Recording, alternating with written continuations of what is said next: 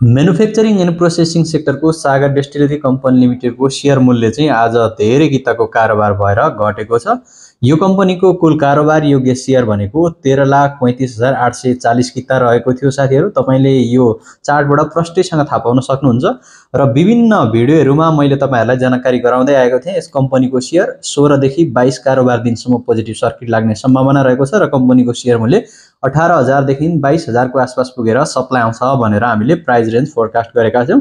जुन तपाईले विगतका भिडियोमा मेरो भिडियो हेर्नुहुन्थ्यो भने अवश्य पनि तपाईले यो अलर्ट जोन हो भनेर थाहा पाइसक्नु भएको थियो होला साथीहरु। नेप्सेमा यस कम्पनीको सेयर चाहिँ सूचीकृत भएर कारोबार स्टार्ट गरेदेखि लगातार 19 कारोबार दिनसम्म यस कम्पनीको सेयरमा पोजिटिभ सर्किट लागेको थियो भने आज 22औं कारोबारका दिन चाहिँ धेरै किताको कारोबार भएर कम्पनीको सेयर मूल्य चाहिँ घट्न स्टार्ट भएको छ। आज नेगेटिभ सर्किटको आसपास पुगेर यस कम्पनीको सेयर चाहिँ घटेको हो। सुरुवाती चरणमा यस कम्पनीको सेयरमा पोजिटिभ सर्किट लागेको थियो। अझै यस कम्पनीको सेयर मूल्य बढ्ने सम्भावना के कति रहेको छ, कम्पनीको सेयर होल्ड गर्दा कतिको फाइदा हुनेछ र सेल गर्दाखेरि राम्रो हुन्छ कि होल्ड गर्दा राम्रो हुन्छ भनेर पनि जानकारी दिनेछु।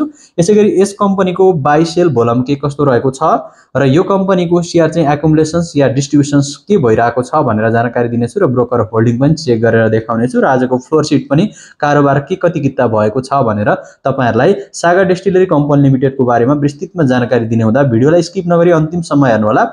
आईपीओ एफपीओ र यस्तै इन्फर्मेटिभ भिडियो प्राप्त गर्नका लागि मलाई च्यानलमा नयाँ हुनुहुन्छ भने सब्स्क्राइब गरेर जोडिन नबिर्सनु होला। सागर डेस्टिलरी कम्पनी लिमिटेडको आज कारोबार स्टार्ट गरेदेखि 20औं कारोबारका दिन यस कम्पनीको म्यासिभ किता चाहिँ कारोबार भएको छ।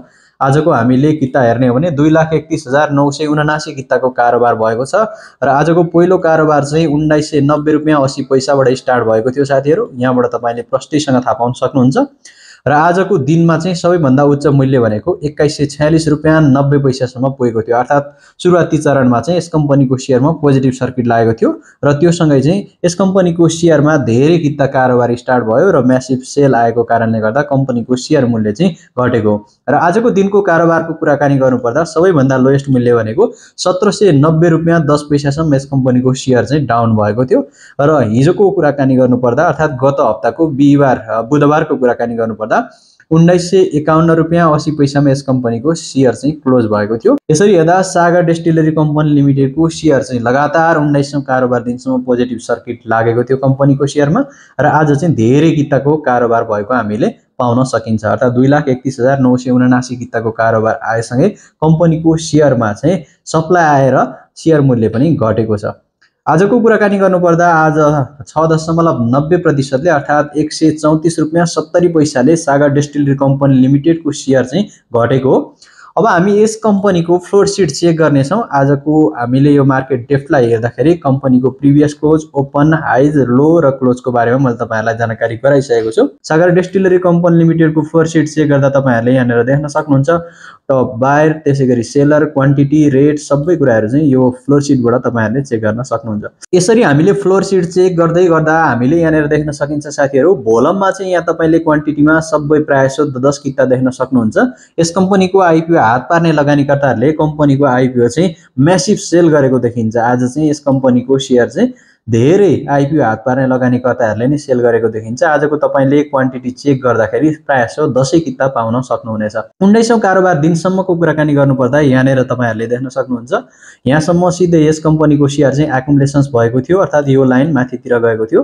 माथितिर जानुले एकुमुलेसन्स भएको छ भन्ने कुरा बुझाउँछ भने आज चाहिँ सिधै यसरी डाउन भएको छ जसले डिस्ट्रिब्युसन्स हेभी भएको हो। आज म्यासिभ सेल आएको थियो भन्ने कुरा चाहिँ अर्थात सप्लाई आएको थियो भन्ने कुरा जनाउँछ। यो तलको दुईवटा यो ग्रीन एन्ड रेड क्यान्डल चाहिँ आजको बाइ सेल भोल्युमको कुरा हो साथीहरु। आजको कारोबार दिनमा कति किता चाहिँ अझै एकुमुलेसन्स भयो र कति किता चाहिँ आज सानो सानो लगानीकर्ताहरूले यस कम्पनीको सेयर चाहिँ होल्ड गर्नुभएको छ भन्ने कुरा यसले जनाउने गर्दछ। आज 2,31,000 किताको कारोबार हुँदाखेरि हामीले हेर्छौं 1,23,161 किता चाहिँ अहिले पनि एकुमुलेसन्स भएको देख्न सकिन्छ भने चाहिँ 1,01,898 किता चाहिँ आज एकुमुलेसन्स नभएको अर्थात ससानो लगानीकर्ताहरूले नि लिएको हामीले पाउन सकिन्छ। आजको कारोबारलाई हेर्दाखेरि थोरै पोजिटिभ भनेको यही हो, बाइ सेल भोल्युम चाहिँ हामीले एकुमुलेसन्सलाई अझै बढी भएको या चाहिँ बाइङ चाहिँ धेरै भएको कुरा बुझ्न सकिन्छ र यसमा चाहिँ पार्टिकुलर ब्रोकरले होल्ड गर्न चाहेको हो भन्ने कुरा पनि जनाउने गर्दछ। अब यो कुरालाई नै हामीले लिएर ब्रोकर होल्डिङ पनि चेक गरौँ। आज 2 लाख किता भन्दा बढी यस कम्पनीको शेयर कारोबार भइरहँदाखेरि कम्पनीको कारोबार योग्य शेयर भनेको चाहिँ 13,35,840 किता मात्र रहेको थियो साथीहरु। र यो कम्पनीको आईपीओ चाहिँ जम्मा 1,19,064 जनाले आम सर्वसाधारण तर्फको हात पार्नु भएको थियो भने चाहिँ वैदेशिक रोजगार तर्फबाट त्यही 10-15 हजार जनाले यस कम्पनीको आईपीओ हात पार्नु भएको थियो। र कुल गरेर चाहिँ 35,000 को आसपास यस कम्पनीको शेयर 1,35,000 को आसपास चाहिँ यस कम्पनीको शेयर चाहिँ कारोबार गर्ने ट्रेडरहरु हुनुहुन्थ्यो है त आईपीओ बाट। र सागर डिस्टिलरी कम्पनी लिमिटेडको आजको कारोबार दिनलाई हामीले हेर्दाखेरि आज धेरै किताको कारोबार हुँदा ब्रोकर नम्बर 32 ले धेरै किता अर्थात 16,240 किता होल्ड गर्न सफल भएको छ र ब्रोकर नम्बर 60 ले 12,110 किता होल्ड गरेको छ र ब्रोकर नम्बर 41 बाट 11,330 किताको चाहिँ होल्डिङ देख्न सकिन्छ भने त्यो भन्दा अन्य ब्रोकरहरुबाट चाहिँ न्यून मात्रामै होल्ड भएको हामीले देख्न सकिन्छ। कुनै एउटा निश्चित ब्रोकरले धेरै किता यस कम्पनीको शेयर चाहिँ आज होल्ड गरेको देखिदैन। 16,000 भनेको त्यति धेरै किता पनि हैन साथीहरु। र आज सर्वाधिक धेरै सेल हुनेमा चाहिँ ब्रोकर नम्बर 58 बाट धेरै किता अर्थात 22,200 किता सेल भएको देख्न सकिन्छ। ब्रोकर नम्बर 49 बाट चाहिँ 10,915 किताको म्यासिभ सेल देख्न सकिन्छ। र आजको कारोबारलाई हामीले हेर्दा ब्रोकर नम्बर 32 ब्रोकर नम्बर 60 ले यस कम्पनीको शेयर होल्ड गर्न चाहेको हो कि भन्ने कुरा बुझिन्छ भने चाहिँ अब हामीले आजसम्म अर्थात 20 औं कारोबार दिनसम्म आइसक्दा यस कम्पनीको शेयर चाहिँ कुन ब्रोकरले सर्वाधिक धेरै किता होल्ड गरेको छ भन्ने कुरा पनि हेर्नुपर्छ साथीहरु। आजसम्मकै कारोबारलाई हामीले हेर्दाखेरि कम्पनीको शेयर ब्रोकर नम्बर 32 बाट धेरै किता होल्ड भएको, त्यसैगरी ब्रोकर नम्बर 60 बाट धेरै किता होल्ड भएको र ब्रोकर नम्बर 41 बाट धेरै किता होल्ड भएको पाउन सकिन्छ र धेरै किता 58, 49 र 38 बाट सेल भएको पाउन सकिन्छ। यहाँनेर तपाईले हेर्नुभयो भने आजसम्मकै कारोबार दिनमा ब्रोकर नम्बर 32 ले कति बाइ गरेको छ 19,320 किता बाइ गरेको छ भने यो ब्रोकर नम्बर 32 बाट 3780 किताको चाहिँ सेलिङ भएको हामीले पाउँछौं साथीहरु। त्यसैगरी ब्रोकर नम्बर 60 बाट पनि 12,280 किता चाहिँ यहाँनेर बाइ गरेको देख्न सकिन्छ भने 190 किता मात्रै सेल गरेको देख्न सकिन्छ।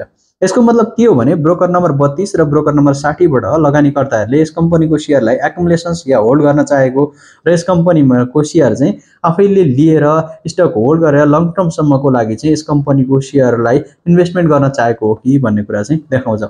र ब्रोकरहरुले होल्ड गरेको शेयरमा पनि ब्रोकरहरु चाहिँ नोक्सानमा रहेको यहाँबाट हामीले देख्न सकिन्छ। यहाँ गेनमा तपाईले ब्रोकर नम्बर 32 लाई चाहिँ -1.90% को नोक्सान भएको, त्यसैगरी ब्रोकर नम्बर 60 लाई 2.08% को नोक्सान भएको तपाईले प्रष्टैसँग देख्न सक्नुहुन्छ। आज जसले बेच्नु भयो त्यो उपयुक्त हो साथीहरु। जबकि कुनै कम्पनीको शेयरमा चाहिँ लामो समयसम्म पोजिटिभ सर्किट लाग्दै माथिसम्म जान्छ र त्यसपछि चाहिँ कम्पनीको शेयर चाहिँ सप्लाई आउँछ, म्यासिभ सप्लाई आएर धेरै भोलममा चाहिँ कारोबार हुन्छ भने तपाईले त्यही दिन एक्जिट गर्नु भयो भने चाहिँ आईपीओ बाट राम्रो नाफा कमाउन सक्नुहुन्छ। त्यो पछाडीका कारोबार दिनहरुमा चाहिँ धेरै कम्पनीको शेयर साइडवेजमा जाने र शेयर गर्न नभएसम्म अर्थात बिग प्लेयरको र स्मार्ट मनीको एन्ट्री नभएसम्म कम्पनीको शेयर सप्लाई आएपछि बढ्ने सम्भावना लामो समयसम्म न्यून रहन्छ साथीहरु। लामो समयसम्म कम्पनीको शेयर चाहिँ सप्लाई आएपछि साइडवेज मोमेन्टम खेल्ने भएको कारणले गर्दा आज जसले यस कम्पनीको शेयर बेच्नु भएको छ यो गुड टेक्निक हो साथीहरु, गुड मेथड हो।